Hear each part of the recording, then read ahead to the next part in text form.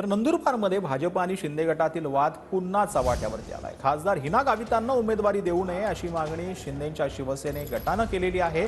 तर हिना गावितांना पुन्हा उमेदवारी दिल्यास शिवसेना शिंदे गट विरोध करणार असल्याचं देखील यावेळेला चंद्रकांत रघुवंशी यांनी सांगितलं। लोकसभा निवडणुकीसाठी आपली नेमकी भूमिका काय राहणार? नाही, लोकसभेच्या निवडणुकीमध्ये आम्ही बघा महायुतीमध्ये आहोत। महायुतीचा धर्म पाळणार हे निश्चित आहे, परंतु आम्ही आमची भूमिका पक्षाला आणि भारतीय जनता पक्षाला सुद्धा कळवलेली आहे।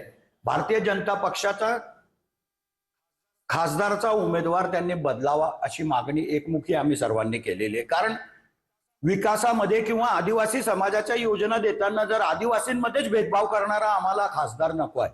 सर्व आदिवासींना समान न्याय देणारा पाहिजे। पण आज दुर्दैवानं नंदुरबार जिल्ह्यामध्ये जे शिवसेनेचे आदिवासी आहेत त्यांना ते आदिवासीच मानत नाही, त्यांच्या गावाला एकही योजना देत नाही, त्या सरपंचाला कधीही सन्मानाने वागणूक दिली जात नाही आणि एकही काम शिवसेनेच्या लोकांचं होत नाही। अशा वेळेला शिवसेनेच्या लोकांनी त्यांना का मतदान करावं हाच आमचा प्रश्न आहे।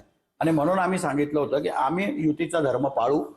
भारतीय जनता पक्षाने जर उमेदवार बदलला तर आम्ही सन्मानाने त्याचा प्रचार करू, नाही तर मग शेवटी पक्ष जो निर्णय घेईल, एकनाथ शिंदे साहेब जो सांगतील त्याच्याप्रमाणे वागू। जी जागा जी आहे ती भाजपाला जर सुटली तर मग आपण त्यांना कशा पद्धतीने परत मतदान करणार?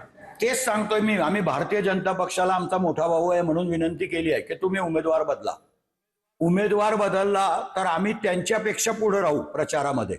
पण समजा भारतीय जनता पक्षाने उमेदवारच बदलला नाही आणि जर भारतीय जनता पक्ष सातत्याने असाच अन्याय जर शिवसेनेच्या पदाधिकाऱ्यांवर कार्यकर्त्यांवर करत असेल तर मग आम्हाला सुद्धा विचार करावा लागेल।